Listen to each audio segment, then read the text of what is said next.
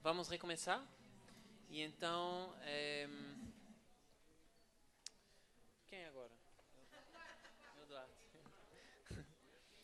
Eu gostaria então de chamar o Dr. Duarte da Araújo Mata, da Câmara Municipal de Lisboa, para a conferência dele.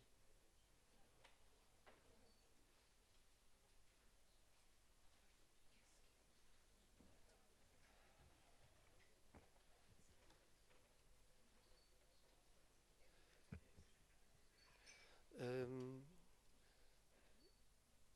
ah, Boa tarde. Vou tentar falar devagar para permitir a tradução, algo que é contra a minha forma de falar, mas vou tentar. É um grande prazer estar aqui, fazer esta apresentação com os colegas franceses. Uh, Vou tentar cumprir o tempo. Vou começar por enquadrar a questão da biodiversidade em Lisboa no cenário de alterações climáticas. Portanto, nós entendemos em Lisboa, desde que tomamos posse, em termos de orientação, de que as questões de estrutura verde iriam ultrapassar as questões de espaços verdes ou as questões dos jardins e que iriam responder sobretudo a aspectos climáticos e de serviços de ecossistemas. E, portanto, todas as questões climáticas começaram a ser trabalhadas em simultâneo com o desenho de uma estrutura verde adaptativa. Os projetos que desenvolvemos basearam-se em termos de fragilidades climáticas, em termos daquilo que é expectável dos cenários climáticos, nestas questões que aqui são colocadas, das quais destacava a concentração de pluviosidade, a diminuição da pluviosidade média ao longo do ano e a questão das ondas de calor com o número de eventos a ser expectável que aumentem. As questões das ondas de calor são particularmente graves em si mesmo.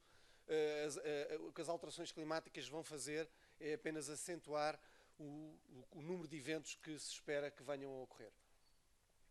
Nós, em termos de organização climática, a Câmara Municipal organizou-se para responder a um conjunto e foi só a partir de 2008, 2009 em que se começou a responder a instrumentos internacionais que nos permitiam balizar algumas metas, portanto o Pacto dos Autarcas. Depois respondemos ao Mayors Adapt. Fomos das primeiras câmaras que interpretou a questão dos pactos dos autarcas como redutor daquilo que seriam os objetivos das cidades e, portanto, escrevemos mesmo uma interpretação de que achávamos que o Covenant of Mayors devia introduzir as questões da adaptação, que seriam fundamentais no papel das cidades. Mais tarde isso veio realmente a acontecer, a partir de 2016, com o New Covenant of Mayors for Climate and Energy. Entretanto, desenvolvemos três instrumentos fundamentais. O primeiro, o Plano Diretor Municipal, em 2012, que incorpora já uma estrutura verde com princípios ecológicos. O que não incorpora são cenários de adaptação, algo que foi feito depois com a Estratégia Municipal de Adaptação Climática, a EMAC, que a partir de 2015 faz uma estratégia de adaptação que depois será vertida nos diferentes planos municipais de ordenamento do território. E depois o plano de ação local para a biodiversidade, que a partir de 2015 traça, baseado na estratégia da biodiversidade 2020, traça 23 indicadores de monitorização. E, entretanto, fizemos a submissão recente o Sustainable Energy Climate Action Plan, que é algo que já com a meta de 2030, entretanto já tínhamos ultrapassado do ponto de vista da mitigação climática os objetivos para 2020. E depois temos uma série de redes internacionais onde nos inserimos, nomeadamente mais recente é o C40. Organizámos agora a estratégia, o Congresso Europeu de Adaptações a Alterações Climáticas, no maio passado, e vencemos a Capital Verde. Esta questão das ferramentas de adaptação climática são fundamentais.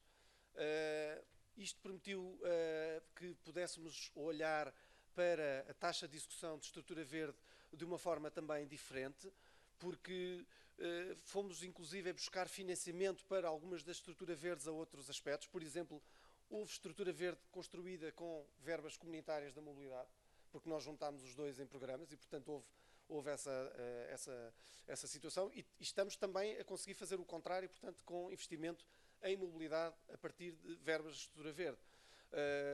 Fizemos um conjunto de adaptações ao nível dos programas de intervenção que permitiram baixar os custos de intervenção, e aqui entram as questões das Nature-Based Solutions, as soluções de base natural, que têm esse efeito de serem efetivamente mais baratas e que, se forem implementadas com a sua correta interpretação, poderão ser uma vantagem.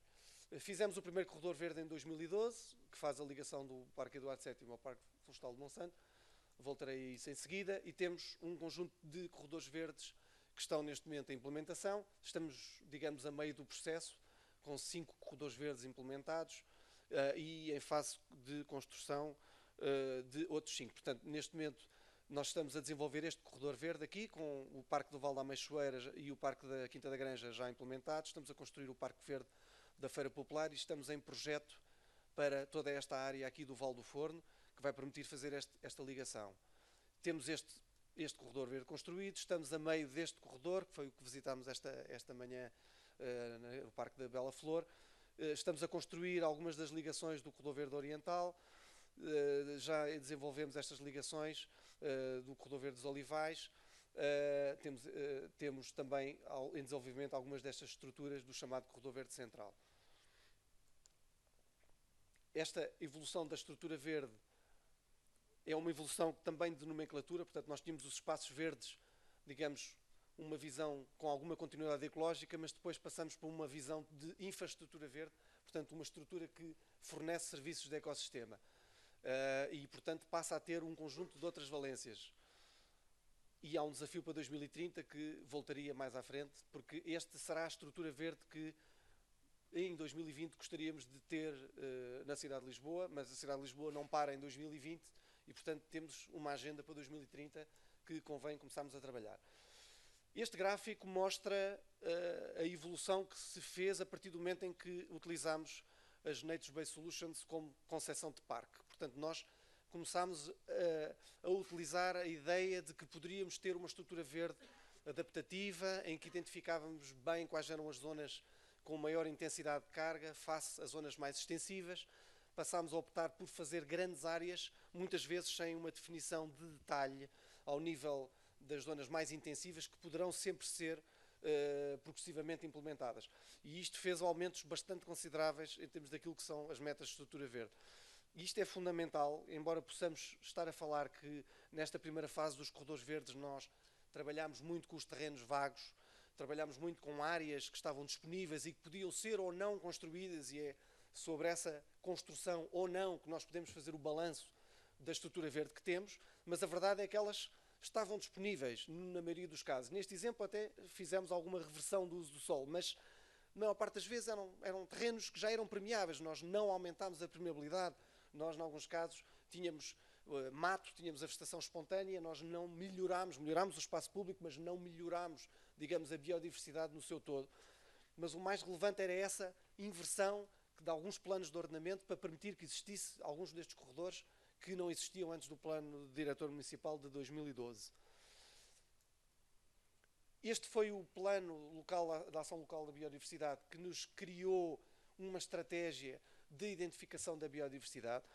É importante porque ele esteve em consulta pública, envolveu um conjunto de atores, tem 23 indicadores de monitorização, muitos deles sobrepostos com o plano diretor municipal, e nós poderemos, de facto, ver essa evolução. Essa evolução foi submetida à consulta pública também em 2018, foi aprovada nos órgãos próprios, na Assembleia Municipal, e está disponível na internet, e podemos ver para os 23 indicadores a evolução ou não de alguns indicadores. Há um ou outro indicador que não evoluiu, mas no geral evoluíram e são dados bastante importantes. É um plano que está aberto à participação e, portanto, recebemos de facto participação da comunidade científica, dizendo que fez este estudo, que seria relevante, que estão disponíveis, etc. E, portanto, é uma forma de participação. Ele está organizado desta forma: sensibilizar para agir, criar conhecimento e agir. Do ponto de vista do agir, digamos, é aquilo que se vê muito, são, portanto, obras de infraestrutura verde, como o grande suporte à biodiversidade, efetivamente, mas também fazemos gestão setorial para espécies, fazemos os hotspots de biodiversidade, Fazemos regulamentação, nomeadamente regulamentação de gestão do arvoredo, fazemos regulamentação a várias áreas em que envolvem os projetos e a gestão, e depois fazemos formação, fazemos informação e fazemos articulação com outros projetos semelhantes. Isto são alguns dos indicadores que o Plano da Biodiversidade foi encontrando. Alguns deles, digamos, foram já tratados na primeira apresentação, porque falamos também daquilo que é a drenagem natural, por exemplo. Falamos no aumento dos habitantes que são servidos por zonas verdes, em que nós consideramos para o Plano da Biodiversidade uma área de 7.500 metros quadrados como unidade mínima de cartografia, o que é muito grande. Portanto, fomos honestos contra nós, porque de facto, quando fazemos o exercício com 7.500 metros quadrados, falamos do Jardim do Arco do Cego, para baixo disso nós não quantificámos. Os jardins que existem em Campo de Ourique ou noutros espaços nós não os quantificámos, e são públicos, não é? Os espaços públicos quantificados, e portanto existe uma percentagem grande de espaços verdes locais que podem ser intervencionados e considerados. Temos aqui outro elemento que nos parece de desempenho ambiental bastante relevante, que é o facto de conseguirmos aumentar as zonas verdes e diminuir o consumo de água potável em números bastante impressionantes, de 48% nestes anos. Isto consegue-se, de facto, com a opção pelo extensivo, portanto, soluções que não necessitam de água, mas, e isso não pode ser utilizado sempre, é a adequação dos sistemas de rega mais eficientes, e para isso contamos com a Agência de Energia Lisboa e Nova para um trabalho muito aturado de identificação dos grandes consumidores, com o papel da EPAL também, e portanto só impermeabilização de lagos, sistemas de rega automatizados e ligados a sensores meteorológicos, perdas de água, sistemas de rega mais eficientes, e a regar só o que é necessário com as plantas. Fizemos de facto um grande trabalho. Trabalho esse que temos a certeza que vai começar a estabilizar, porque nós atacamos os grandes consumidores e, portanto, o investimento que vamos conseguir fazer agora será de progressão muito mais lenta. Isto são algumas das soluções que nós começámos a implementar. A solução de prados biodiversos de sequeiro, que têm uma evolução ao longo do ano e que não podem ser implementados em qualquer situação, porque eles não resistem a muita carga. A forma de gestão deste é um processo que foi vencedor de um prémio climático em 2013, nasceu de empresas portuguesas e universidades portuguesas, é utilizado sobretudo no sul do país e já em Espanha, e é uma solução altamente biodiversa, não precisa nem de adubação, nem de produtos fitossanitários. Aliás, estaríamos aqui à procura de tirar o quê, não é? E, portanto, isto é um processo que tem um senão daquilo que é o conhecimento que as pessoas entendem sobre o que é espaços verdes. É que eles, nesta altura, estão secos. E isso faz parte da vida. Agora, nós temos que conseguir perceber que há alturas em que eles estão magníficos, mais magníficos que os relevados, noutras alturas estão iguais aos relevados e depois estão em fase de dormência para rebentar novamente o banco de sementes mais tarde. E isto é uma das questões que o Plano da Biodiversidade tenta responder. Colocamos informação e fazemos a monitorização ambiental, porque só isto é que consegue aumentar a biodiversidade, melhorar a riqueza do solo, a matéria orgânica, a fauna do solo e tudo o que vem agarrado a isso. Temos a consciência plena de que vamos continuar a precisar de água, isso não é nenhum drama em si mesmo, temos que ser eficientes, quer ao nível dos sistemas de rega, mas vamos lançar já em 2020 as primeiras infraestruturas de rede de água tratada para rega, que é um processo que está a ser trabalhado com vários atores. É uma água que não é potável e, como tal, envolve algum risco, e essa gestão do risco tem sido, de alguma forma, o grande motor, o grande peso para que o processo avançasse à velocidade que queremos. Mas vamos ter o Val Alcântara como um exemplo já de um sistema a regar, e vamos ter já, agora muito proximamente, a inauguração do primeiro troço já na zona ribeirinha, até ao Caixo Tré, onde estão a ser instalados já alguns hidrantes roxos, que se passarem por lá verão, e que têm uma estrutura dedicada. É um processo de fechar o ciclo.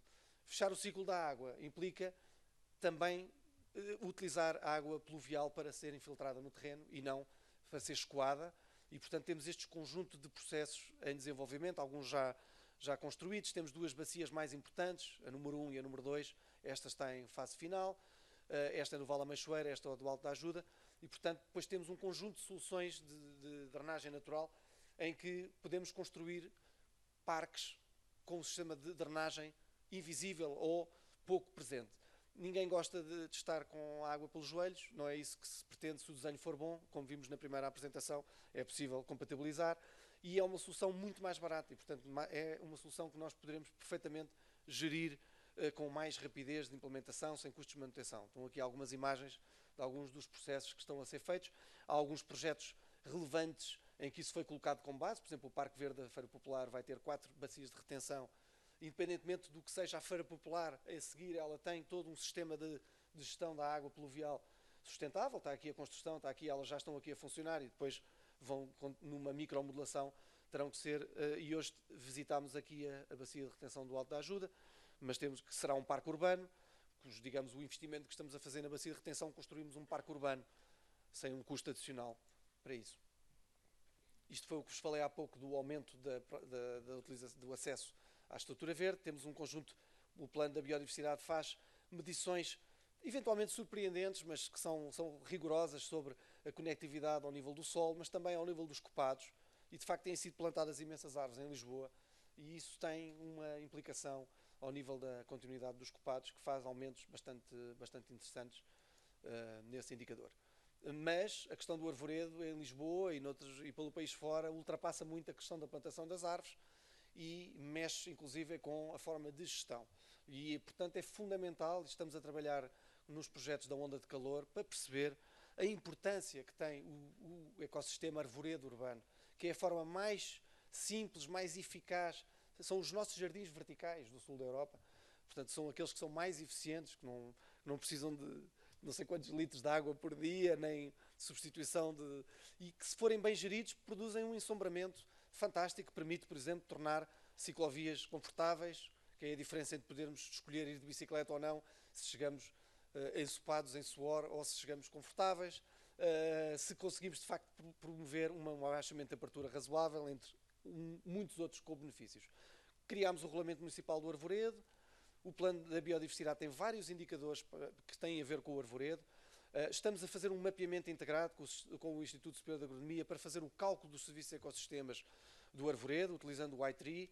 Teremos uma conferência sobre isto para o ano, sobre o trabalho que está a ser feito, e temos campanhas de comunicação que ficaram em inglês. Peço desculpa. Temos também a questão das hortas urbanas, que o vereador já refocou serem hotspots de biodiversidade.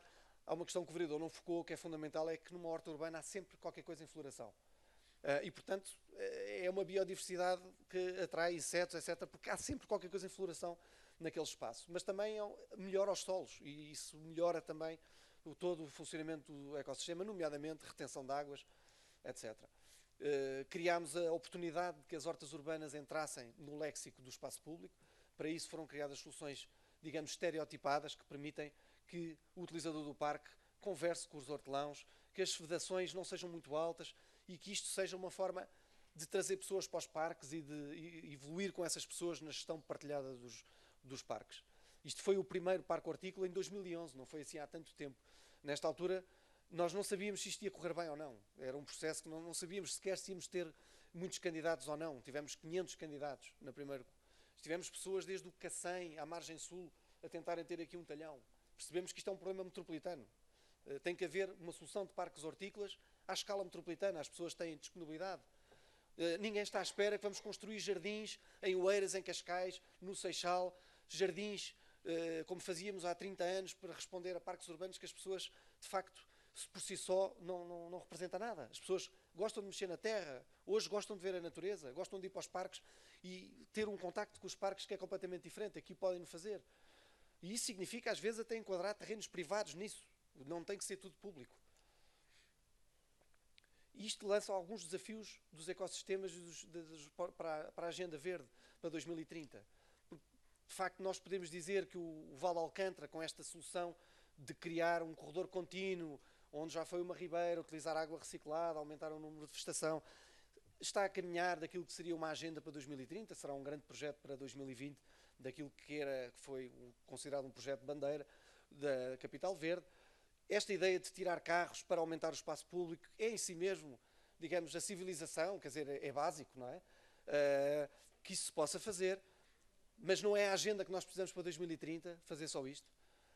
Isto é muito importante, as pessoas poderem finalmente começar a utilizar o espaço público, como nós vemos lá fora, acessível a todos, mas não chega. A agenda hoje já não é só criar espaços acessíveis, a agenda tem que ser mais do que isso. E realmente nós temos várias coisas que podemos fazer, para além daquilo que temos que concluir agora. Nós temos que fazer uma segunda etapa dos corredores verdes, porque a primeira etapa dos corredores verdes está a ficar concluída agora, até ao final. Era aquilo que era mais fácil de fazer. A segunda é a mais difícil, é chegar a corredores verdes que já não existem e que estão nos vales e tentar construir verde nestes corredores verdes. Portanto, fazer reversão, fazer o deep paving, foi falado. Nós temos poucos exemplos do deep paving. Temos que evoluir para zonas onde a estrutura verde é muito escassa, todas as zonas históricas, para resolver o problema da ilha de calor, que é bastante grave nestas zonas, sobretudo porque algumas destas zonas vai ser onde nós temos a população também mais idosa e, portanto, vai ter uma maior fragilidade e sensibilidade às ondas de calor. 1 grau de temperatura vai fazer muita diferença ao nível da mortalidade. Já nem falo só do conforto, ao nível da energia que vamos ter que gastar, se vamos instalar ar-condicionado ou não nas casas. Tudo isto é que é clima e o verde pode ter um papel muito importante.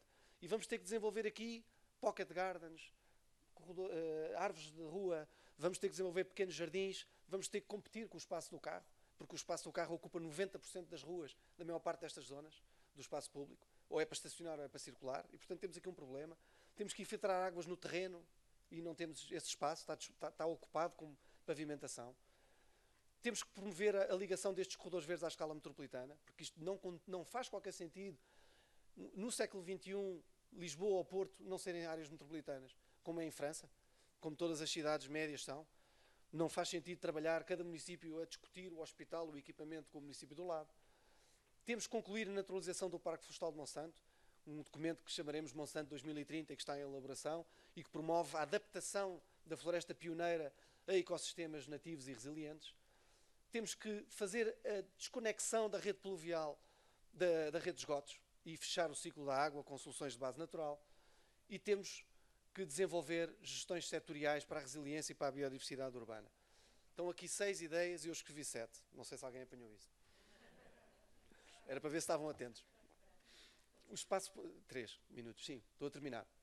Este programa de Uma Praça em Cada Bairro é um ótimo programa. Ele conseguiu pôr as pessoas em confronto com aquilo que era a utilização do espaço público, 100% para os carros, e conseguir ganhar dignidade para outros usos. Mas ele tem que evoluir, não só... Aqui é um bom exemplo em que se conseguiu essa evolução, o antes e depois, em 2 anos. É um espaço completamente ganho, mas nós temos que evoluir para isto. Isto será o projeto da Praça de Espanha, de que falámos hoje. Um espaço de reversão em grande escala, de pavimento, para transformar em espaços permeáveis com desenhos de base natural. Isto é a Praça de Espanha de hoje e isto é a Praça de Espanha de 2020. E estes projetos têm que, de facto, evoluir para o resto da cidade. Já não chega estruturar o verde onde é possível e deixar o resto artificializado. Antes e depois da Praça de Espanha. Termino com este slide que fala de um projeto LIFE que conseguimos vencer à 3ª vez, foi como a Green Capital, também foi só à 3ª vez, que é o projeto Life Lungs e que vai fazer, somos coordenadores, é a primeira vez que Lisboa é coordenadora de um LIFE, um projeto de 2,7 milhões de euros e que teve um conjunto de parceiros que de alguma forma estiveram ligados e que vai fazer adaptação climática na estrutura verde. Esta adaptação climática tem vários fatores, um deles, trazer mais verde para as zonas compactadas da cidade, aumentar o verde para diminuir a temperatura, fazer espaços verdes sem drenagem, portanto resolver a drenagem dentro do espaço verde, dentro da estrutura, tornar isso possível, aumentar a eficiência hídrica na gestão da estrutura verde e substituir irrigação por espaços biodiversos de sequeiro com gestão. E essa gestão vai incluir, inclusive, a gestão por ovelhas, que vai ser uma das formas, digamos mais populares, foi aquilo que interessou muita gente quando o LIFE foi ganho, mas nós vamos fazer um caderno de guidelines sobre aquilo que poderá ser esta forma de gestão, que depois pode ser replicada. Temos nesse caderno de encargos a replicação disto para as áreas para Lisboa, sem custos para os municípios que aderirem ao nosso programa, e vamos fazer também formação técnica a todas as áreas para como gerir um prado, como gerir a manutenção destes prados de forma mecânica ou de forma animal, E são estes projetos que vão envolver, e vamos começar um projeto há 5 anos, e eu acho que pode ser um bom projeto para a Agenda 2030 de Lisboa. Era isto, e muito obrigado.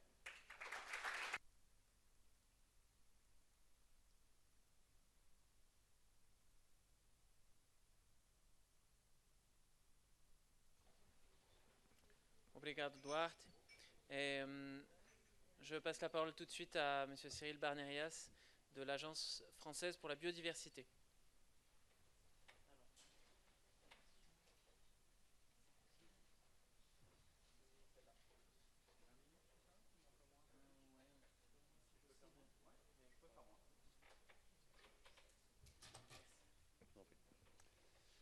Bonsoir, donc je suis Cyril Barnerias, je travaille pour la toute récente Agence française pour la biodiversité.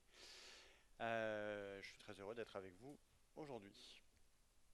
Alors, je vais déjà vous dire quelques mots sur l'Agence française pour la biodiversité. C'est un établissement public national qui a été créé en 2017. Avec la mission de servir pour l'État la protection de la biodiversité en France et qui travaille donc sous la tutelle du ministère de la Transition écologique et solidaire. Les deux termes sont assez importants, comme on l'a vu récemment avec les Gilets jaunes. On ne peut pas faire une transition écologique si elle n'est pas également solidaire. Donc cet établissement regroupe 1300 personnes, donc 1300 agents sur tout le territoire national qui travaillent pour la protection de la biodiversité, avec un ensemble de missions qui vont depuis la connaissance jusqu'à la police de l'environnement, en passant par la gestion et la protection des espaces naturels, et qui apportent un support également aux acteurs qui œuvrent pour la protection de la biodiversité. L'idée étant que l'agence ne fonctionne pas toute seule, mais plutôt en cœur de réseau, donc avec les autres acteurs, et dont nous avons ici des éminents représentants, comme l'Agence régionale de biodiversité d'Île-de-France et la mairie de Strasbourg. Voilà, c'est typiquement avec des acteurs comme ça qu'on peut avancer. Voilà. Alors, on a 3 sièges pour être bien stable, comme les 3 bases du développement durable. Un siège en région parisienne, un siège à Brest pour être près de la mer et un siège à Montpellier. En fait, c'est issu de l'histoire des établissements publics qui ont créé, qui ont fait l'AFB au départ. Mais on est également présent dans tous les océans. On peut dire que le soleil ne se couche jamais sur l'Agence française pour la biodiversité, mais ça ne serait pas très humble. Donc, voilà. Alors, comment est-ce qu'on travaille pour la biodiversité dans la ville? Il y a différents moyens. Comme je le disais juste avant, on ne le fait pas tout seul. On le fait avec d'autres acteurs. En particulier, on lance ce qu'on appelle territoire engagé pour la nature. C'est un processus pour soutenir l'engagement des collectivités. Ça a été mis dans le plan, c'est la 3e action du plan biodiversité qui a été lancé il y a 1 an, comme ça a été rappelé auparavant. Et l'idée, voilà, c'est d'accompagner des territoires qui peuvent être à différents stades de leur démarche pour la biodiversité, en se basant sur les bonnes pratiques, comme celles qu'on a pu voir auparavant, voilà, à Strasbourg, en Île-de-France,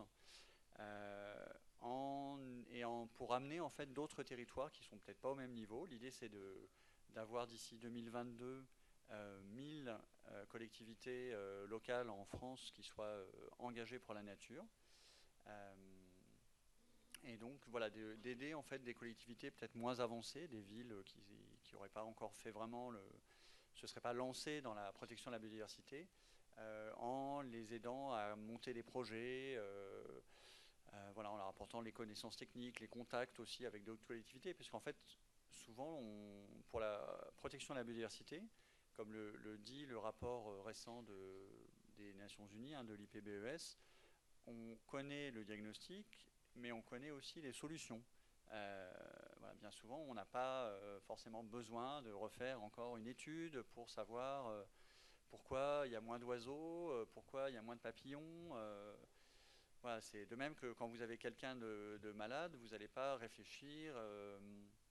Voilà, vous allez directement lui donner le médicament qui convient aux symptômes. Et voilà, on a la même chose pour la biodiversité. On connaît les solutions, il faut les appliquer. Alors, ce qui demande un courage politique, c'est certain. Voilà, des démarches comme celle de Strasbourg, des démarches comme celle qu'on a pu voir ce matin à Lisbonne, où on va complètement changer la circulation sur une place qui est très importante pour la ville, on l'imagine. Bah, ça demande un courage politique. Mais ces solutions, voilà, on les connaît. Donc voilà, l'idée c'est d'aider des communes, des villes qui seraient prêtes à s'engager pour la biodiversité, à entamer cette démarche. Après, d'évaluer, de les aider à évaluer et à aussi gagner de la reconnaissance, parce que c'est vrai que pour des villes, c'est important, voilà, comme pour tout le monde, hein, de reconnaître le travail qui est effectué. Il n'y aura pas forcément de financement directement, mais le fait d'être labellisé, entre guillemets, ça peut être un plus aussi pour aller chercher des financements européens. Voilà, l'AFB va essayer de proposer une animation voilà, de ces territoires qui seront engagés pour les maintenir mobilisés et essayer d'amener d'autres territoires à s'engager également. Voilà, donc il y aura en fait les collectivités qui souhaiteront s'engager devront proposer un plan d'action au minimum sur 3 ans qui montrera qu'ils rassembleront tous les acteurs. Donc c'est ce qu'on a vu aussi dans les présentations précédentes, c'est important de rassembler. Ça ne peut pas être juste une décision qui vient de l'hôtel de ville et qui s'impose au quartier. Voilà, on a pu tester ça à d'autres échelles. Si ça vient de la capitale et que ça s'applique à des territoires qui sont loin, bah, ça ne marche pas. Alors au mieux ça ne marche pas. Au pire, les gens le disent qu'ils ne sont pas contents en bloquant les ronds-points.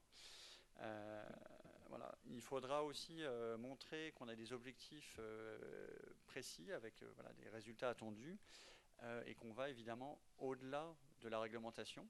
Voilà, puisque par exemple, normalement, on ne peut plus utiliser de pesticides en ville. Donc voilà, il ne va pas falloir juste dire qu'on n'utilise plus de pesticides, il va falloir dire qu'on va au-delà dans la gestion des espaces naturels, voilà, ou des espaces verts. Donc ça, voilà, c'est un des processus sur lesquels on travaille. Ça a déjà été présenté aussi auparavant, je vais vous parler des capitales de la biodiversité. Et puis il y a les atlas de la biodiversité des communes, où on essaye d'aider des communes à des villes donc, à réaliser en fait un atlas de la biodiversité qui se trouve sur leur territoire pour mieux connaître la richesse finalement de ce territoire.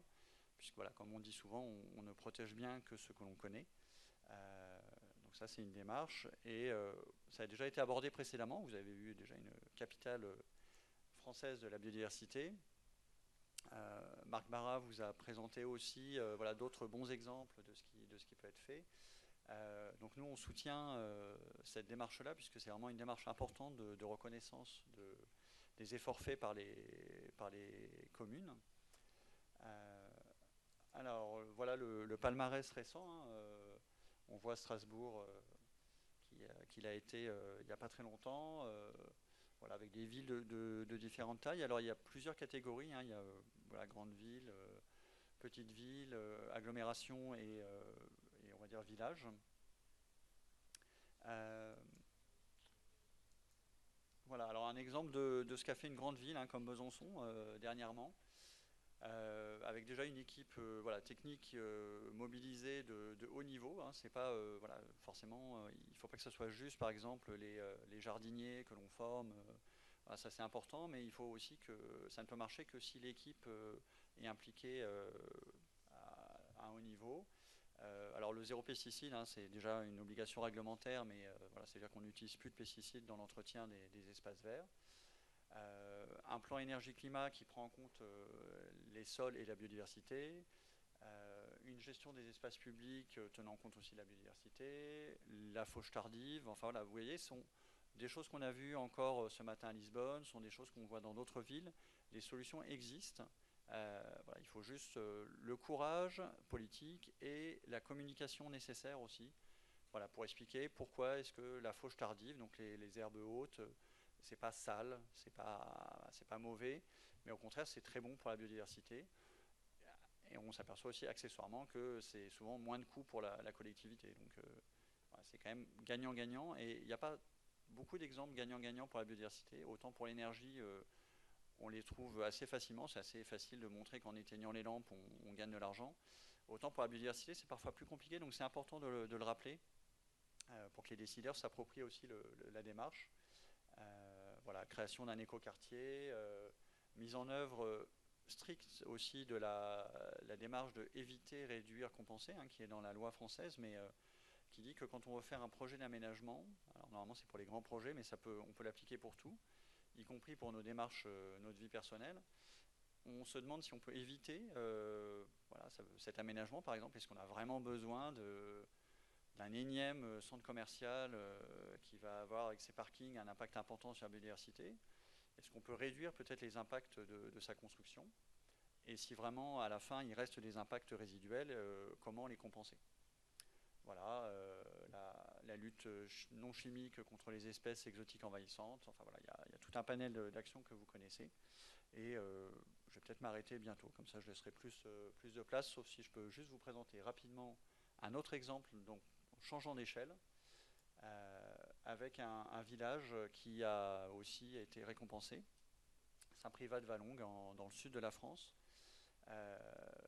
qui a travaillé sur la dépollution lumineuse, hein, la trame noire hein, qu'on évoquait auparavant, pour protéger nos nuits et protéger nos rêves. Je pense que c'est important de voir les étoiles, qui continuent à nous guider.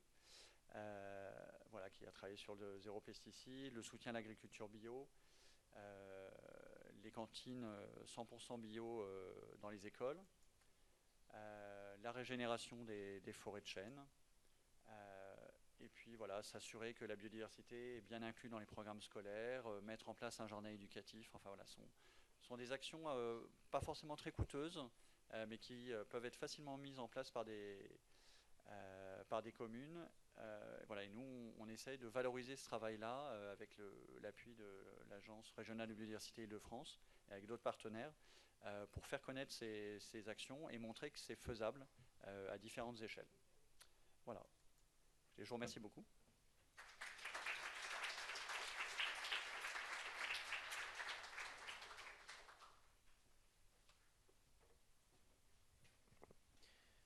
Merci beaucoup Cyril. Et donc je passe la parole à notre dernière intervenante, Margarida Santos Reis de l'Université de Lisbonne.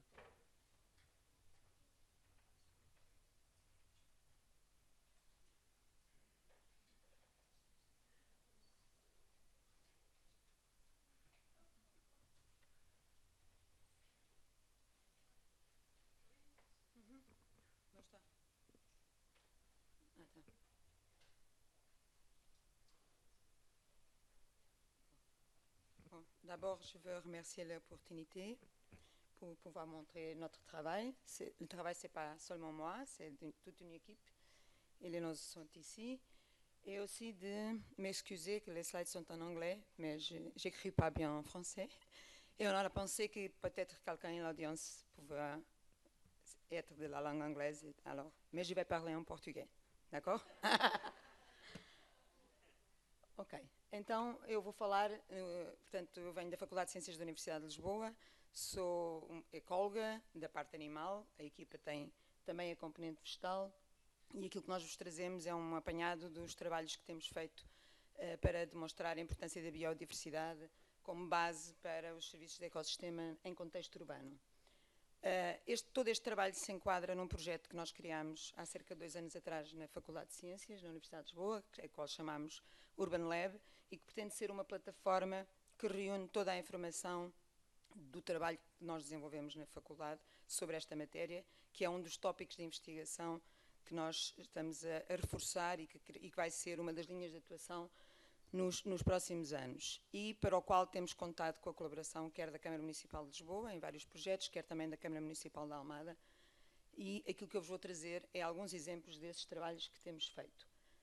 Bom, O contexto ou a motivação desta linha de investigação tem a ver com uma preocupação à escala global, que todos sabemos, não é? Portanto, a população urbana está a expandir-se, cada vez mais está a concentrar-se em meio urbano e, portanto, é expectável que em 2050 66% da população mundial esteja em ambiente urbano e, a nível à escala global, também não vai ser uma distribuição igual e, portanto, para além do continente americano, a Europa é um dos locais onde este fenómeno se vai observar com mais resiliência. E por esse motivo as Nações Unidas definiram uma agenda urbana que, no fundo, mostra a preocupação com esta situação e a necessidade de nos adaptarmos e nos precavermos para os impactos que tal vai ter no bem-estar humano na proximidade.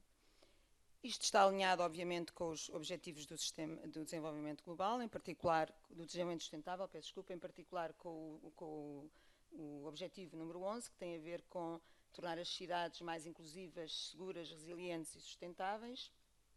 E, neste âmbito, obviamente, que já são reconhecidos os vários desafios que vamos ter pela frente, mas também sabemos quais são as soluções que podemos implementar.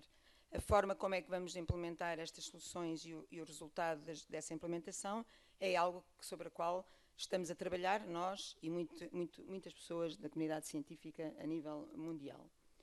Portanto, o que nós estamos interessados em avaliar, no fundo, aquilo que tem sido toda esta sessão, é qual é o papel da infraestrutura verde e da infraestrutura azul e da biodiversidade que está associada a este tipo de infraestruturas, e de que forma é que nós podemos restaurar ou reclamar terreno ou terra de forma a promover os serviços de ecossistemas e de forma a conseguir responder ou encontrar as tais soluções que estão desenvolvidas no âmbito do Objetivo 11 do Desenvolvimento Sustentável. E neste aspecto, então, eu vou-vos falar de 5 exemplos. O primeiro é como é que as áreas verdes podem promover a regulação microclimática, como é que podem promover a qualidade do ar, como é que afetam o poder de decisão e a maneira como as pessoas tomam decisões, como é que podem promover a conectividade em áreas urbanas e como é que é importante considerar os trade-offs entre os diferentes serviços de ecossistemas na fase de planeamento. Nada disto é novo, já foi falado hoje aqui na sessão por vários atores. Nós vamos mostrar resultados de trabalho de investigação que mostram a importância destes efeitos, ou pelo menos tentar mostrar como é importante.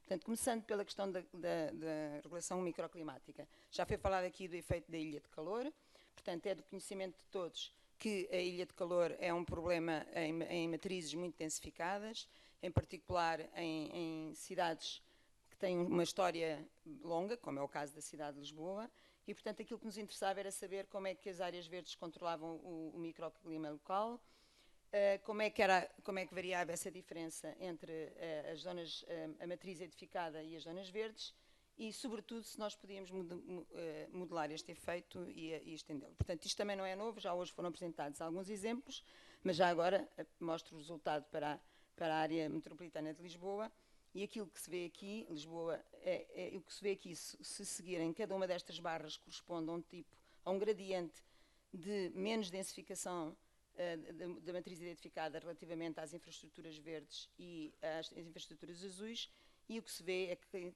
há um declínio, portanto, da temperatura à superfície da Terra, consoante estamos numa matriz muito edificada para uma matriz mais verde. O que nós fizemos neste caso, e este trabalho decorreu terminou há pouco tempo no município de Almada, foi fazer um desenho amostral que tem a ver com amostras emparelhadas, em que, a pedido da Câmara de Almada em particular, foram selecionadas 2 praças que tinham, mesmo ao lado, zonas arborizadas. E, portanto, foram colocados sensores nesses locais e, muito rapidamente, os resultados que nós temos é que há, de facto, um efeito significativo, quer a nível da umidade relativa, quer a nível da temperatura, e que varia entre o verão e o inverno, mas que no verão e no caso da umidade relativa, nas zonas verdes temos menos 9% de diferença relativamente à parte edificada, mesmo ao lado, e no caso da temperatura temos uma diferença que chega até 4 graus, e como há pouco falou o engenheiro Duarte Mata, basta 1 grau para fazer a diferença e para contribuir para a mortalidade, portanto uma diferença de 4 graus é algo muito significativo. Passando para o segundo ponto, que tem a ver com a qualidade do ar, e aqui já entramos concretamente em utilizar a biodiversidade como a base para o serviço de ecossistema. Neste caso estamos a falar da cidade de Lisboa e estamos a falar de a utilização de um grupo de espécies como bioindicadores da qualidade do ar. Neste caso, são líquenes, que todos nós conhecemos e que estamos habituados a ver como manchas no tronco das árvores, não só, mas em particular nestes casos, e que são excelentes bioindicadores da qualidade do ar. Os líquenes são uma simbiose entre um fungo e uma alga e que são extremamente sensíveis a variações, quer no teor de água na atmosfera, quer dos componentes poluentes que existem na atmosfera. E, portanto, o que se fez neste estudo foi selecionar um conjunto de 60 parques urbanos, portanto, aqui dedicamos apenas a uma tipologia de infraestrutura verde, que foram os parques urbanos e que foram estratificados de acordo com a sua localização da cidade, portanto, nós queríamos ter uma visão global da cidade e queríamos também estudar o efeito destes espaços verdes, da dimensão destes espaços verdes para poder saber qual era o efeito. E os líquenes são muito bons indicadores porque, não pensando tanto a nível da riqueza de espécies, que normalmente é uma das métricas que se usa para comparar biodiversidade, é o número de espécies, mas aqui o que nos interessava mais do que o número de espécies é a função que elas desempenham no ecossistema, no fundo aquilo que nós chamamos de grupos funcionais. E, portanto, em vez de estudarmos o número de espécies de líquenes que existia em cada área verde, dedicámos a estudar os grupos funcionais, que facilita a monitorização, torna mais fácil a abordagem e é mais informativo. Porque, de facto, há grupos de líquenes que são muito tolerantes à poluição atmosférica, às micropartículas que estão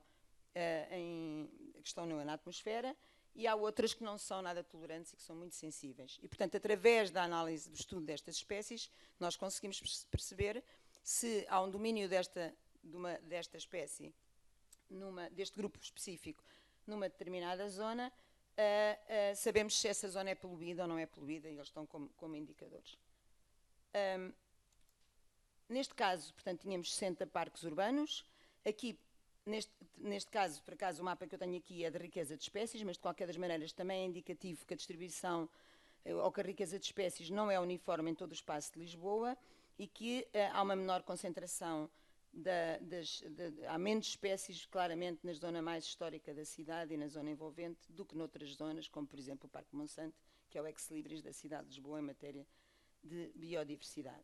Mas o que for mais importante é que há uma relação direta entre o número de espécies e a densificação, portanto a matriz edificada, mas retirando este efeito e olhando para outros efeitos que possam existir, aquilo que nós notamos foi que há uma relação muito positiva, uma correlação muito positiva entre o número de espécies e o tamanho da área verde, portanto, quanto maior a área verde, mais biodiversidade nós temos, e entre o NDVI, que no fundo traduz a densidade de vegetação naquele local, e a riqueza de espécies. Portanto, quanto maior for a área verde e quanto maior for a densidade da vegetação, mais espécies de líquenes nós temos e podemos então depois trabalhar a esse nível em termos dos grupos funcionais e determinar qual é a sua resposta. Mais interessante ainda foi fazer um estudo em que, uma vez que tínhamos, como a amostra estava estratificada em termos da dimensão da área verde, foi olhar então como é que podemos traduzir isto em matéria de planeamento e de informação ao poder de decisão. E isto, o que se fez foi, utilizando um modelo que foi gerado anteriormente e que eu não tenho tempo para explicar agora, mas foi ver o que é que, se nós aumentássemos o tamanho da área verde, considerando o nível de poluição que existe em cada local e o tamanho inicial da área verde, o que é que beneficiava mais a qualidade do ar.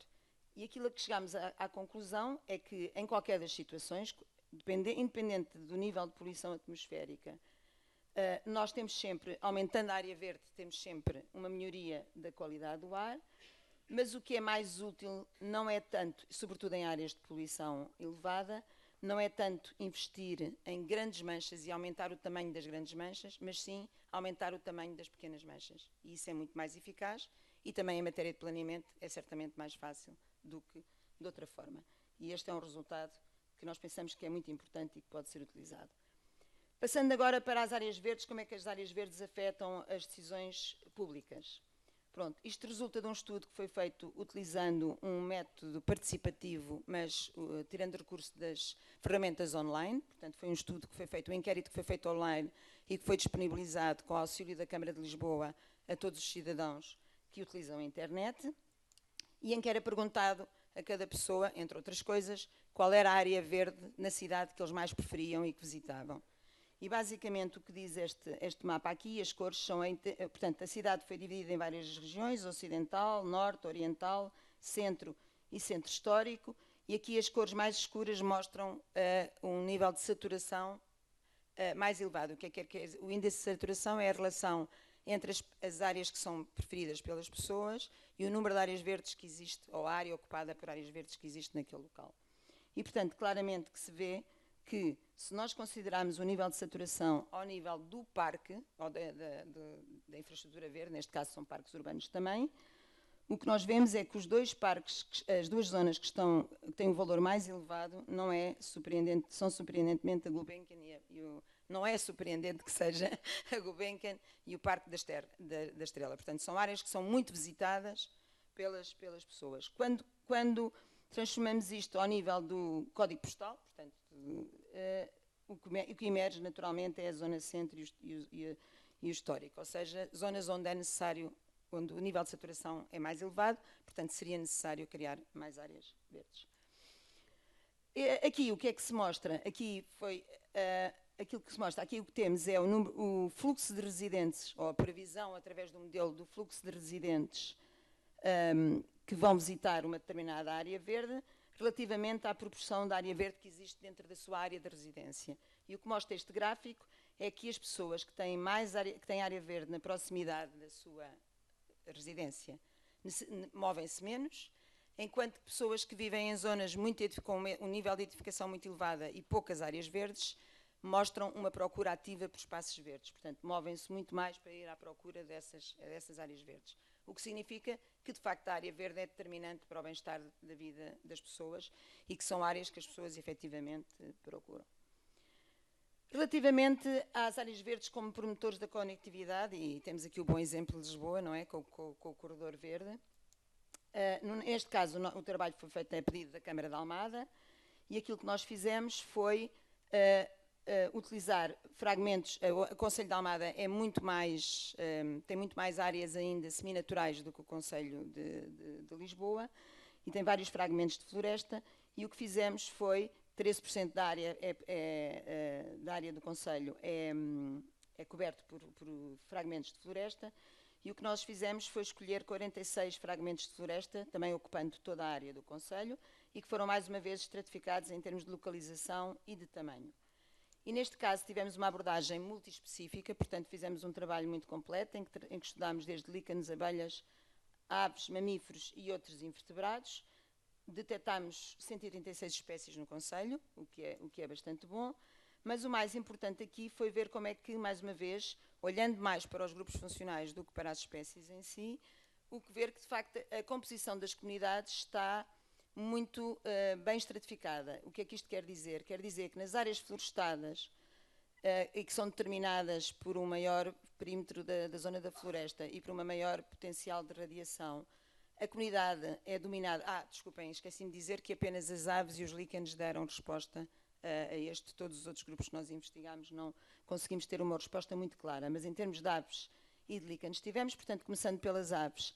Portanto, o que vimos é que nas áreas florestais são dominadas por aves insetívoras e por aves de um tamanho maior, e enquanto que nas áreas urbanas nós encontrávamos sobretudo árvores granívoras, árvores mais pequenas e aves que nidificam nos ramos das árvores. Portanto, há uma clara diferenciação da comunidade e, portanto, se nós queremos ter uma comunidade bastante diversificada, temos que ter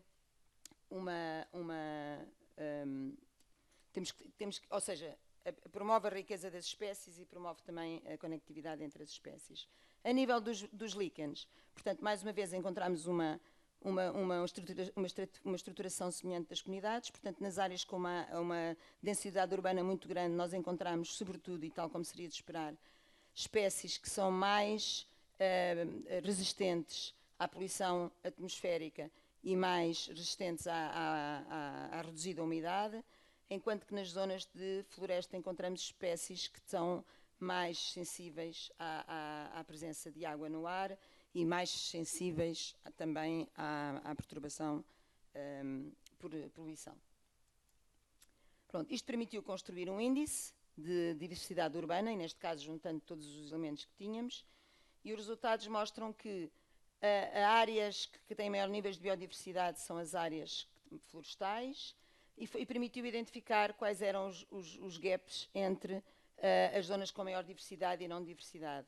E isto vai permitir, e está a permitir à Câmara de Almada a definir onde é que vai estabelecer corredores verdes para fazer a ligação entre estas áreas, particularmente através do restauro de linhas de água, que são muito importantes elementos de conectividade, mas noutros casos mesmo através de plantação ativa e de recuperação de outra vegetação. E, portanto, finalmente. E para terminar, para mostrar como é que a análise dos serviços de ecossistemas a uma escala mais pormenorizada pode ajudar também na tomada de decisão acerca de como melhorar os serviços de ecossistemas que são providenciados por determinada área. Neste caso, mais uma vez, foi um trabalho feito em Almada, neste caso, num parque urbano que tem uma dimensão de 60 hectares, que é o Parque da Paz, e que é considerado o pulmão da cidade. E este Parque da Paz é um parque que tem uma grande diversidade de habitats, portanto tem desde prados, relevados, zonas de floresta e infraestruturas de água, e que estão muito bem estratificadas no espaço. Portanto, elas não estão muito bem... como é que eu digo? São discretas no espaço, ou seja, não há uma grande mistura, e, portanto, permite uma análise mais fácil da avaliação dos serviços de ecossistema.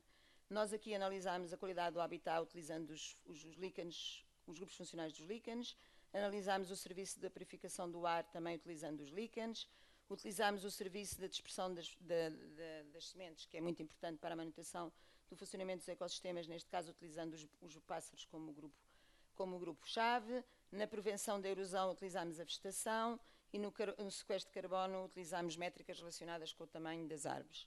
E aquilo que vocês veem aqui é consoante os diferentes tipos de unidades da paisagem dentro do parque, nós temos serviços de ecossistemas diferenciados. Na verdade, todos eles têm, de certa forma, contribuem para os serviços de ecossistemas, mas de forma desigual, consoante as suas características biofísicas. E que aquele que sobressai como que providencia maior um serviço de ecossistema de uma forma mais balanceada são as florestas, os fragmentos de floresta. Portanto, com esta abordagem, o decisor pode decidir como intervir numa determinada área, claramente dependente da função para a qual ele quer aquele espaço, não é? Mas consegue, através desta análise mais fina e não anda a análise apenas uma análise global a cada infraestrutura verde, consegue tomar decisões mais informadas. E termino. E, portanto, quer a purificação do ar, quer a regulação do microclima, está claramente relacionado com a vegetação, com a complexidade da vegetação, e quanto mais intensidade de gestão existe, menor estes serviços são providenciados. E pronto, e termino só com este, que é um apelo da academia, de certa forma, aos decisores, de que, de facto, nós precisamos de mais estudos que permitam relacionar a biodiversidade com a função para podermos, de facto, contribuir para a criação de paisagens mais funcionais e reais. E obrigada.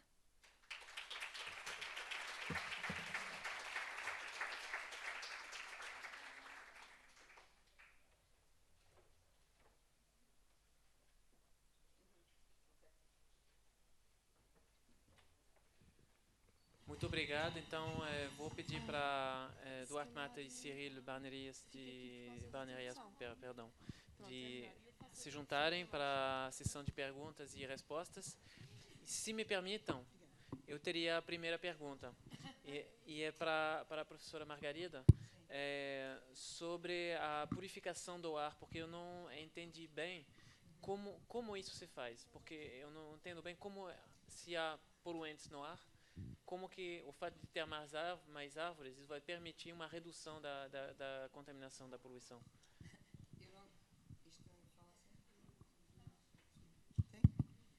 Eu não disse bem isso. Pronto, se calhar disse, mas não queria dizer. O que nós queremos demonstrar é que a utilização dos líquenes, como são bioindicadores muito sensíveis, funcionam como early warning sistemas, e, portanto, nós conseguimos, de facto, antecipar ou saber que de uma forma muito, muito rápida e muito cedo de que está a acontecer um problema de purificação, e depois temos que atuar da forma que for mais conveniente. Está bem?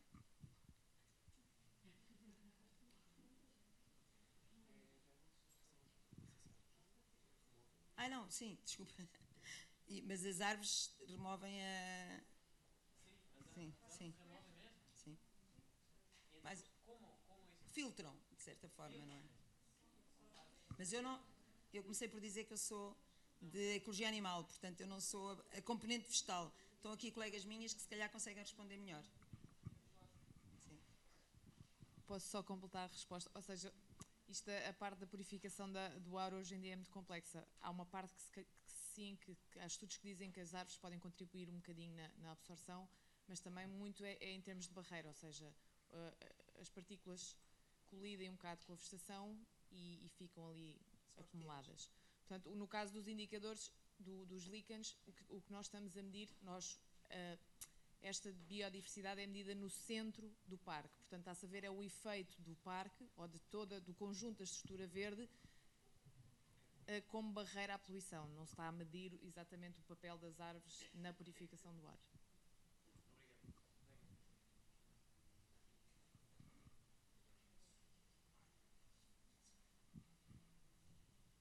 Acho que aqui foi primeiro. Tá.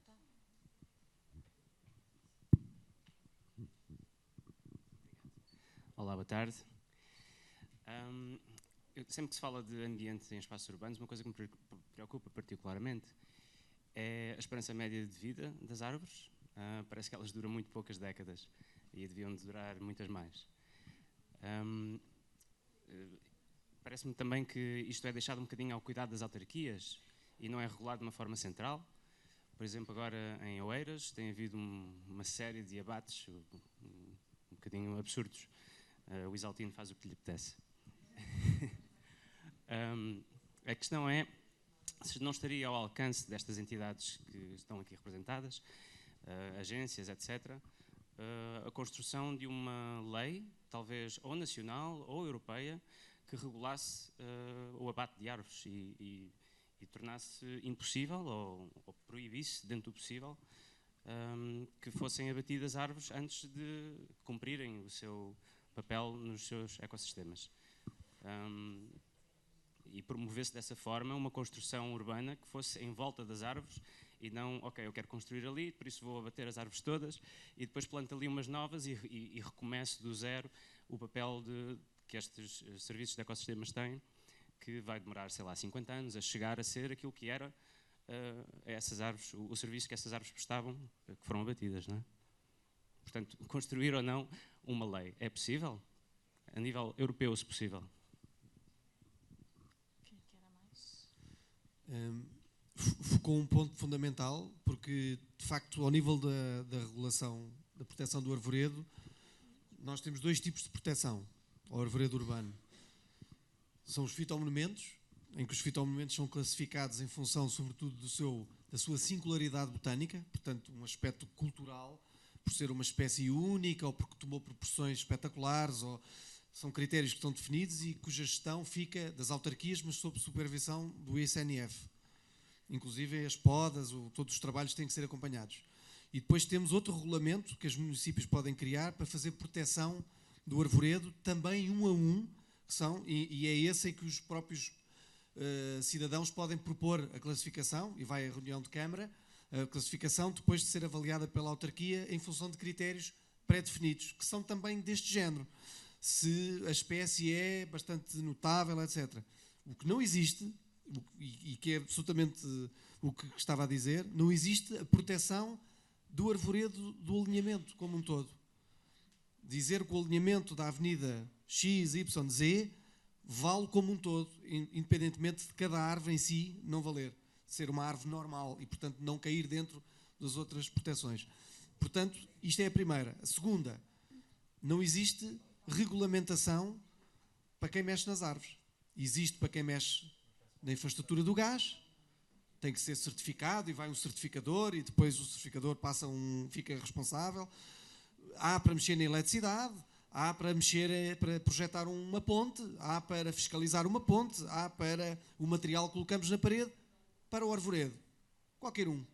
Qualquer pessoa, qualquer empresa apresenta uma motosserra e está disponível para começar a trabalhar.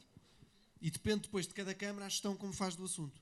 O Regulamento do Arvoredo em Lisboa ajudou a estabilizar algumas situações que começaram a aparecer, mas, de facto, ao nível daquilo que é o serviço do ecossistema, não é, de facto, fazer determinadas podas, como referiu, e há muitos exemplos pelo país, que, de facto, depois a árvore não tem futuro, é substituída por uma árvore que demora 30 anos a ter algum efeito, e, portanto, de facto, não há um regime de proteção efetivo para além da singularidade. Portanto, estamos num nível muito baixo de proteção do arvoredo urbano. Muito baixo, sim, sem dúvida, ao nível da legislação.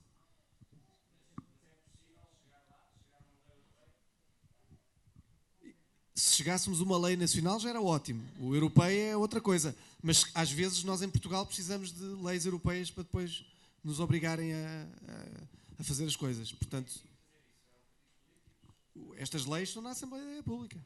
Portanto, os partidos têm que querer proteger o arvoredo, sim. A este nível. Alors, je me permets d'intervenir. En France, justement, depuis peu de temps, nos alignements d'arbres sont protégés par le Code de l'environnement. Donc, quand une municipalité envisage un projet, par exemple, d'installation d'une ligne de tram ou de bus à haut niveau de service, elle doit apporter la preuve de l'évitement, c'est-à-dire de l'impossibilité de couper l'alignement.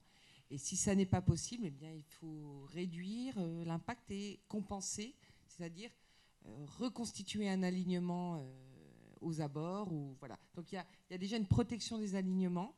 Et pour donner une illustration à Strasbourg, ce qu'on a fait dans notre modification du plan local d'urbanisme, donc le document qui régit le droit de construire, on a aussi réglementé les arbres sur l'espace privé, c'est-à-dire notamment dans les arrière-cours, parce qu'on avait constaté qu'il y avait souvent des problèmes, et donc on a réussi à dégager des documents, enfin des règles de protection par rapport aux arbres qui figurent sur l'espace privé. Mais c'est un effort de chaque instant, hein, c'est compliqué.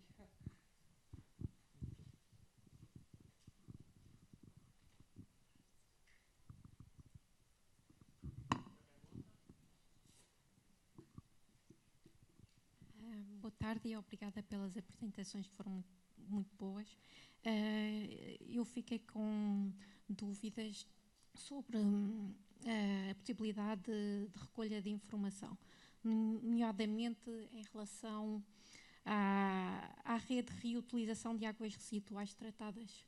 Gostaria de saber se já está disponível e que serviço ou quem é que poderei contactar para ter acesso a essa rede e ao desenvolvimento dessa rede, para cruzar eventualmente com eventuais planos municipais que possam usufruir dessa rede, nomeadamente aqueles que ficam perto das hectares.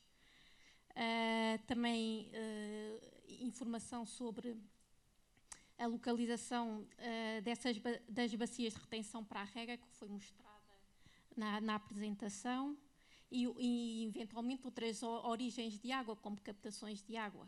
Pronto. Também gostaria de saber, em relação à manutenção dos espaços verdes, que não sei se é a Câmara que trata desse assunto ou se é a Junta de Freguesia, se consegue-se ter indicadores sobre os consumos, por exemplo, das diferentes origens de água, dessas águas residuais tratadas ou das águas pluviais que são aproveitadas para a rega, etc.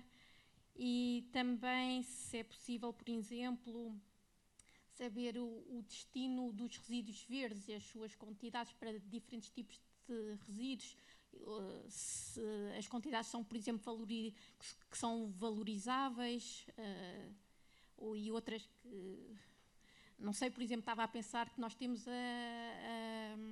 a digestão anaeróbia, que na Amadora, ou se existe outro destino, a compostagem, etc. E também gostei de saber...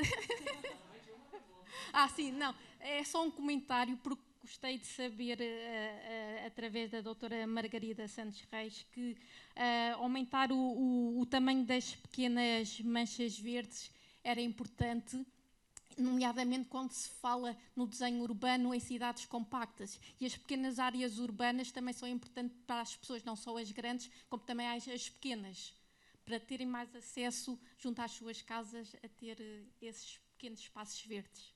Obrigada.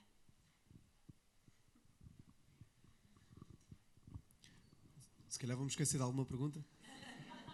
Mas a primeira sobre a água reciclada, o plano vai ser apresentado este mês, publicamente, e depois fica disponível para a consulta, nomeadamente porque isto pode influenciar utilizadores privados, grandes utilizadores, empresas que usam água potável para lavar aviões, para lavar comboios, para lavar barcos.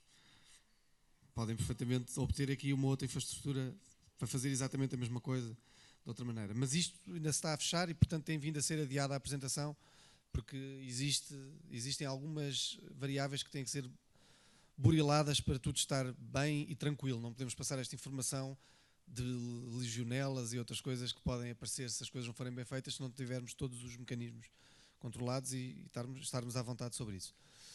Em relação à questão da compostagem, Lisboa tem um LIFE, do qual não é coordenador, mas tem uma work package, que é o FORCE, que é dedicado exatamente a essa questão da compostagem. Portanto, se procurar por isso, terá toda a informação específica sobre esse processo. O live está a decorrer. E depois tinha a ver com... Sim, os indicadores, neste momento, com os smart meters, nós sabemos exatamente o que é que cada espaço consome e, em função disso, temos tomado as decisões que tomamos, porque concentramos o investimento em atacar os grandes consumidores com as grandes perdas. Temos o consumo à entrada e depois não temos os consumos à saída, portanto sabemos que há ali perdas e sabemos isso, sim, para qualquer espaço, sim.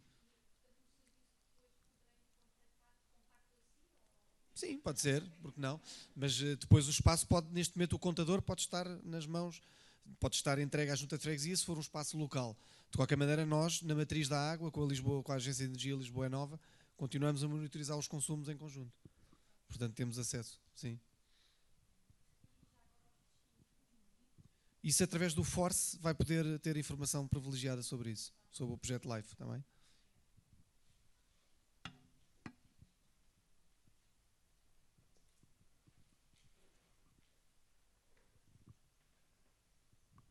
Boa tarde. A minha pergunta é também para o Duarte Mata e tem a ver com a competição que se espera e que existe entre o espaço ocupado pelos carros na cidade, tanto para a circulação como para o estacionamento, e aquilo que desejaríamos todos ter como uma cidade mais verde e com mais espaço para os peões e para outro tipo de atividades. Há a ideia de ir roubar um bocadinho esse espaço, sobretudo no centro. Como é que isso se faz? Eu acho que há uma enorme pressão ou exigência por parte dos automobilistas para terem espaço para estacionar e pronto. Imagino assim grandes discussões e debates, como é que se consegue desviar um pouco esta tendência para a motorização. Obrigada. Bem, se há coisa que a Green Capital tem que servir é para tomarmos algumas decisões, digamos, de civilização nesta matéria. De qualquer maneira, como estamos a gravar, fica já claro que eu estou a dar a minha opinião pessoal, não é sequer o pelour da mobilidade que aqui represento. A minha opinião é que não há espaço para tantos carros na cidade. Um carro ocupa 10 metros quadrados em movimento, mais as distâncias de travagem, e depois mais 10 metros quadrados parado. E não há espaço para isso. O que tem havido é a ilusão de que nós vamos continuar a poder estacionar e circular à vontade desde que vamos aumentando o estacionamento. Esse estacionamento é um estacionamento que a custos de mercado é o preço que sabem e, portanto, aquilo que tem havido é pressão sobre os organismos públicos para considerar o estacionamento um bem essencial e, portanto, oferecer, no fundo, o estacionamento a preços de 12 euros por ano para estacionar. Se fizerem a comparação com o aluguer de uma casa por metro quadrado, verão o preço que estamos a falar. Isto são as minhas interpretações daquilo que é o espaço disponível. O espaço disponível, a maior parte das ruas onde falta verde, é 90% de estacionamento e circulação. E, portanto, as decisões que vamos ter que fazer é exatamente sobre isso. São decisões muito difíceis, são decisões que mexem com a vida das pessoas. É conhecido que a Câmara está a apostar em que as pessoas optem pelo transporte público. O transporte público passou por momentos muito difíceis, ainda está a recuperar. Houve mudanças na bilhética que são fundamentais, o serviço agora vai ter que vir atrás, a Carris já está nas mãos da Câmara, já se contrataram 200 motoristas, está-se a fazer a revisão e o investimento da frota, mas tudo isto continua, não é? Continua a ser um processo que, para dizer às pessoas que vão dar transporte, as pessoas ainda continuam a dizer, mas eu preciso do carro porque tenho isto, e todos nós sabemos que isso é verdade, e portanto temos que avançar para os serviços partilhados. As pessoas se calhar não precisam ter um carro, como se calhar nós no nosso edifício não precisávamos ter um berbequim cada um, bastava haver um berbequim na sala de condomínio, porque a quantidade de vezes que nós usamos um berbequim numa casa, bastava todos partilharmos um berbequim e um escadote, não precisávamos ter todos um escadote, não é? E se calhar temos que partilhar os carros, e quando precisamos de um carro temos acesso a um carro, mas na maior parte das vezes não precisamos dele. Nas 8 horas estamos a trabalhar, o carro estará parado, não precisamos. E portanto há aqui um conjunto de desafios para o qual espero que a Capital Verde também sirva para fazer pensar, porque não há espaço para tudo, não há espaço para tudo. E daí o meu comentário das áreas metropolitanas, porque enquanto nós tivermos concelhos suburbanos que vêm aqui a Lisboa competir com os hospitais, competir com as universidades e vice-versa, se quiserem, as empresas vêm aqui a Lisboa, têm uma reunião, as multinacionais depois vão ao concelho do lado que lhes oferece um terreno, depois eles ponderam se preferem oferecer um terreno com grande acessibilidade ao transporte público ou se preferem um terreno barato, portanto alugar aqui um sítio caro em Lisboa para ter, mas tem grande acessibilidade, ou sítios onde oferecem um lugar de estacionamento porque faz parte do parque tecnológico onde se vão instalar.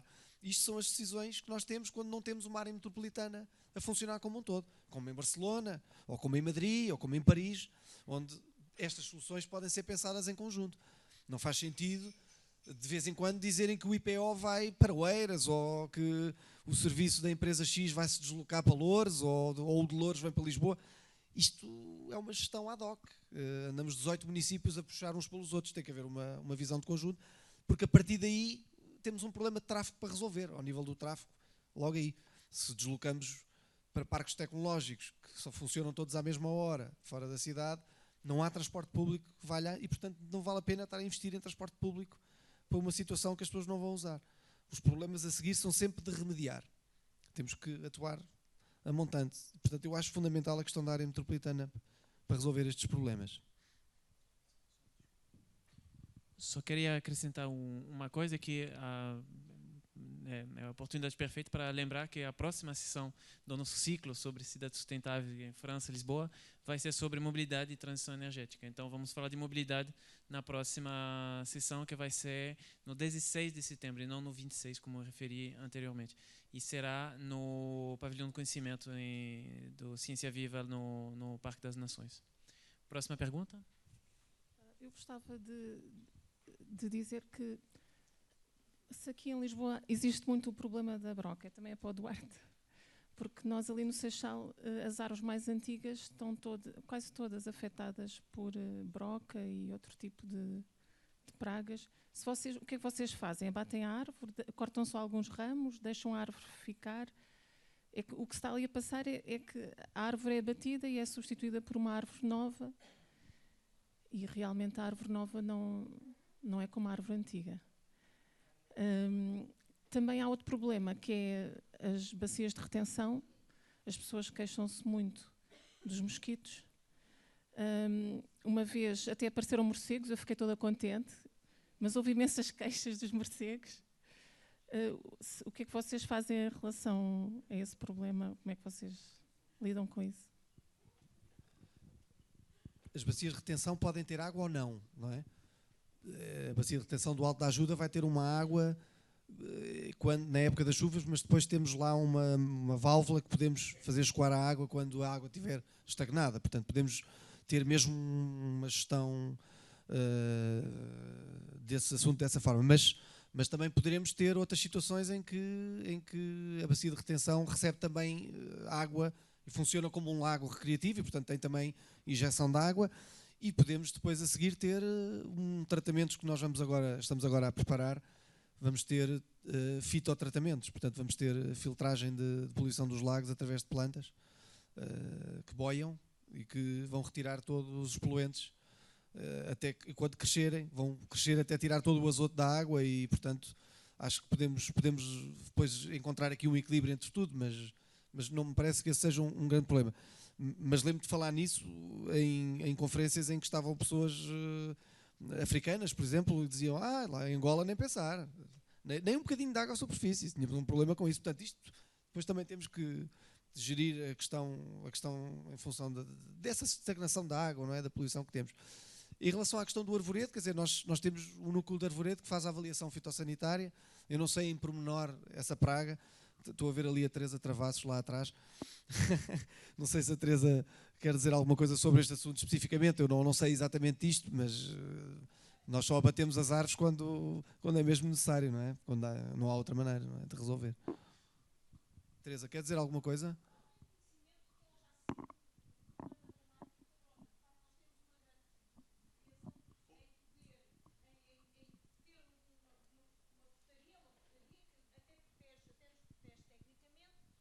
Só há abates quando há verdadeiras razões fitossanitárias.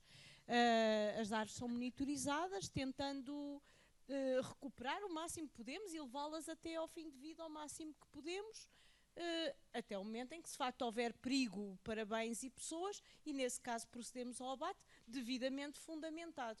Eu penso que isto é bom para a Câmara, é bom para os técnicos e é bom para a população. Portanto, as árvores são respeitadas até ao limite.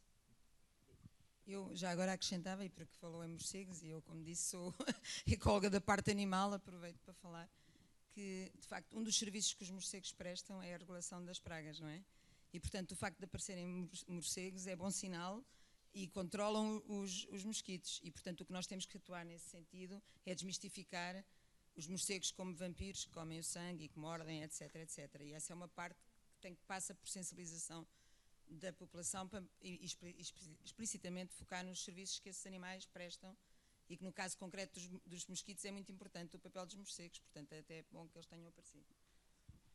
E já agora há aqui um serviço de ecossistema dos morcegos que fiquei a saber há pouco tempo, é que tem um adubo natural caríssimo, que é o guano dos morcegos, que é vendido a preços caríssimos e portanto os morcegos podem dar aqui um negócio, não é? Um negócio verde.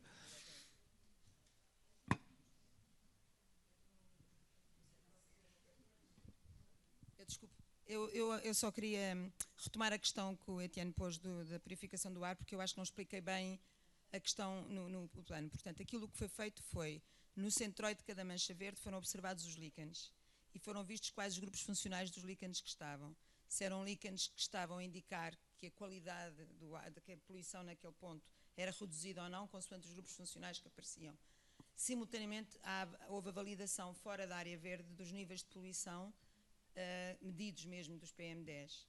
E, portanto, basicamente, o que nós assumimos da tal questão de barreira e de filtragem através de barreira era porque nas áreas verdes maiores, com maior densidade de árvores, a comunidade de líquenes que dominavam eram das espécies que eram sensíveis à poluição e, portanto, estavam lá, os níveis de poluição eram mais baixos, contrastando com a periferia do parque, onde os níveis de poluição eram muito mais elevados, e assume-se que as árvores estão a constituir uma espécie de barreira e pronto, está bem? Desculpe. Olá, Irina Gomes. Eu gostaria de dirigir a minha intervenção ao representante da Agência Francesa para a Biodiversidade, que tem também como função, não é, a transição ecológica e a solidariedade. E a minha pergunta vai de encontro ao último aspecto, que é o da solidariedade, e a minha pergunta é se vai também de encontro ao combate da desigualdade e como é que é materializado esse combate à desigualdade através da vossa agência para a biodiversidade. Porque uma das questões importantes no momento atual é a justiça climática, que se passa em vários níveis, naturalmente, mas parece-me que nas intervenções locais também convém ter em conta. E a minha pergunta é como é que a vossa agência está a ter em conta realmente a solidariedade na materialização dos projetos para a biodiversidade. Obrigada.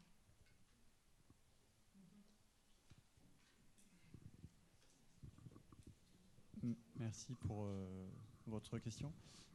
En fait, nous, l'agence le prend comme sous l'angle que Bien souvent, les gens qui vivent dans des zones de biodiversité pauvres sont les premiers, enfin sont déjà souvent des personnes pauvres. En fait, les gens les plus riches ont facilement accès à des espaces de biodiversité plus riches. Donc en fait, en protégeant la biodiversité et en l'apportant le plus possible auprès des communautés, on rend service finalement, et c'est une sorte de solidarité. Ça, c'est une première chose. Nous, on agit vraiment directement sur la biodiversité, enfin on essaye d'agir avec les autres acteurs sur la biodiversité.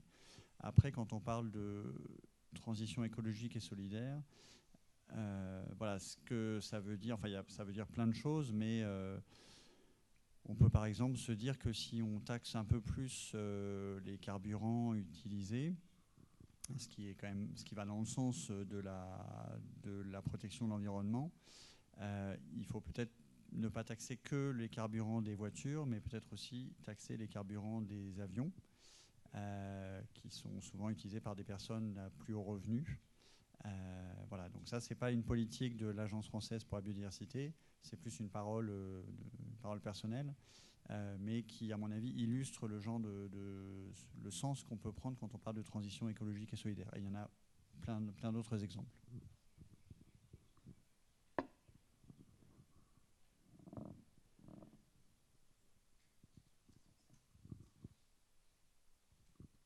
Boa tarde.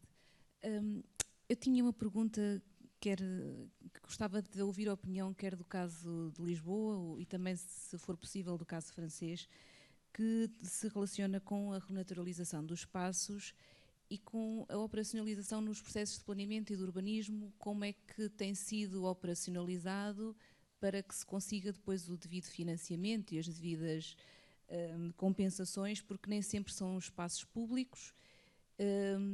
E queria perceber de facto como é que isso está a ser concretizado, se fosse possível.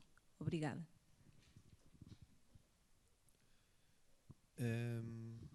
Bom, não é uma pergunta difícil, é uma pergunta complexa, porque é um assunto bastante transversal.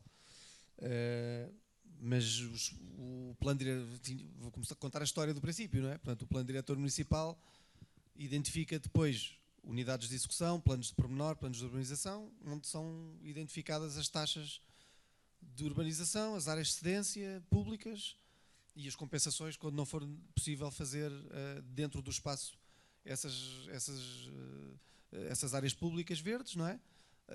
E depois existem os loteamentos e depois existem regulamentos que regulamentam, que no fundo definem um conjunto de normas para a execução destas orientações, que é o Regulamento Municipal da Edificação e da Urbanização, que identifica para os loteamentos, por exemplo, como é que são feitas as compensações. E depois existem normas técnicas que são aprovadas, que os projetistas têm que seguir para responder quer ao tipo de edifício que é, à classe energética, quer depois ao nível do espaço verde, senão não é aprovado. Outra coisa são os compartimentos, eu chamaria os compartimentos de pensamento que existem à volta disto, porque isto não é isto de tornar a cidade verde não é transversal a todos os técnicos, nem é transversal a todas as formas de funcionamento, não é? Portanto, só conta o que está regulamentado, mas há muitos aspectos que são subjetivos, de interpretação subjetiva, que permitem que uns achemos que paredes verdes em Lisboa é uma coisa ótima e outros achemos que paredes verdes em Lisboa é uma coisa péssima. Para a mesma coisa que deve-se promover jardins verticais. E, portanto, existem umas subtilezas de interpretação que permitem... Mas o que interessa, por exemplo, nos logradouros tem que haver uma percentagem mínima de permeável, de solo permeável, independentemente das outras variantes de tipologia verde que possam existir, que estão previstas.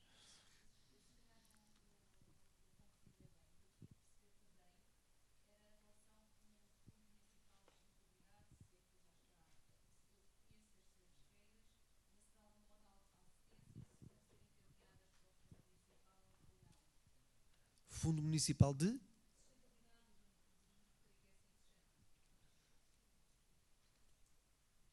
Não estou a ver o que é que se trata, é capaz de ser outra designação, não estou bem a ver.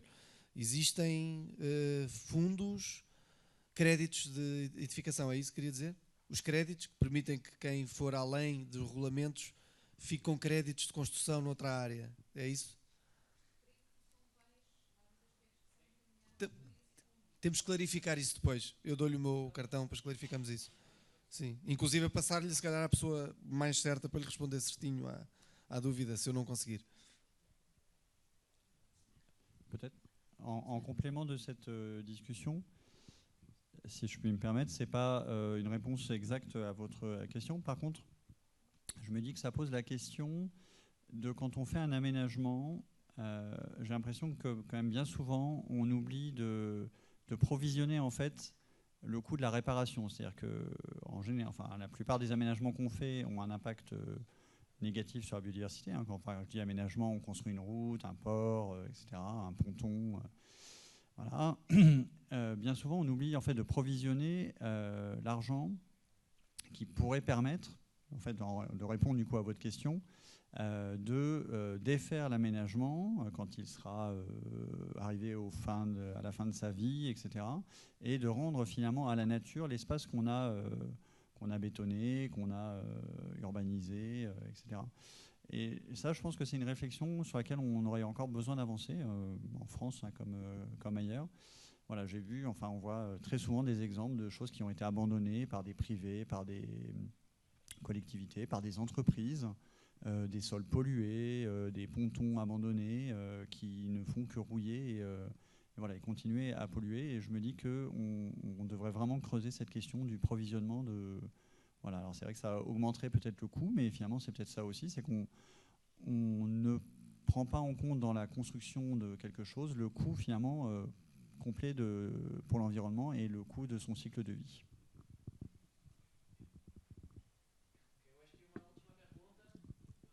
Boa tarde. Relativamente aqui a esta questão dos serviços dos ecossistemas, a minha questão é se existe alguma ferramenta, no caso de não existir, se está previsto a criação de alguma ferramenta, nomeadamente através dos contributos valiosíssimos da Academia, no sentido de atribuir um valor pecuniário aos serviços dos ecossistemas. Parece-me que a atribuição desse valor, através dessa ferramenta, poderia resolver algumas questões, nomeadamente, particularmente o abate das árvores, mas entre outras, não é? É um mundo. E era muito interessante que isso se fizesse no meio de todas estas questões. Nunca falamos em valores pecuniários.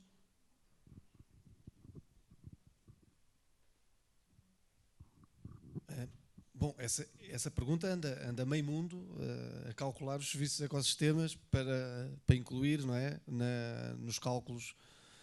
Na Alemanha tem o Eco Account, por exemplo, em que é preciso calcular os impactos ambientais de uma forma diferente, consoante o uso do solo, e as compensações urbanísticas são completamente diferentes. No caso das árvores, nós já sabemos isso, existe a norma de Granada, faz as contas. A questão aqui tem a ver na transposição. A norma de Granada serve para saber, olha, a árvore valia X, não devia ter abatido, vamos-lhe cobrar esta, mas o mal já está feito. O problema não tem só a ver com isso, tem a ver com a inclusão de um conjunto de mais-valias naturais como uma solução alternativa a outras soluções, como por exemplo o slide que foi mostrado da drenagem, que custava um valor, e a drenagem natural, que custava muito menos, para fazer a mesma coisa. E essa quantificação em si mesmo já era fundamental, porque além de a solução ser mais barata, tem uma série de co-benefícios, não é? Há quem diga que a quantificação pura e simples do dinheiro não resolve, porque pode sempre aparecer alguém que diz, sim, mas eu pago isso. Quanto é que vale a Amazónia? Ah, mas eu pago isso, eu tenho dinheiro e pago.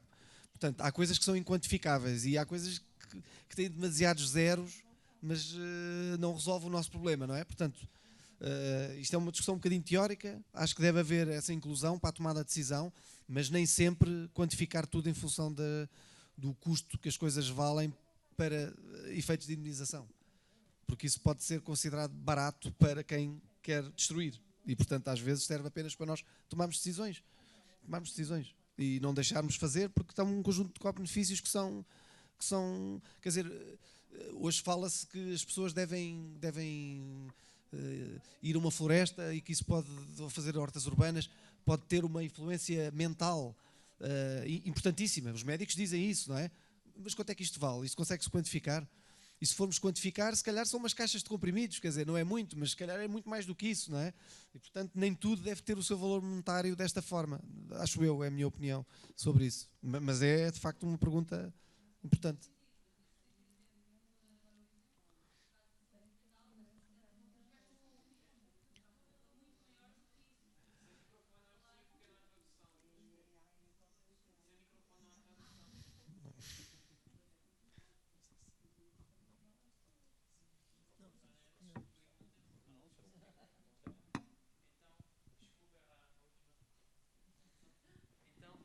Eu acho que então vamos fechar por aqui. Eu queria, antes de terminar realmente, agradecer de novo à Fundação Carlos Gulbenkian por nos receber, agradecer à Câmara Municipal de Lisboa por co-organizar este evento conosco, a Lisboa Inova para co-organizar este evento também, aos meus colegas então da Embaixada da França e Instituto Francês de Portugal.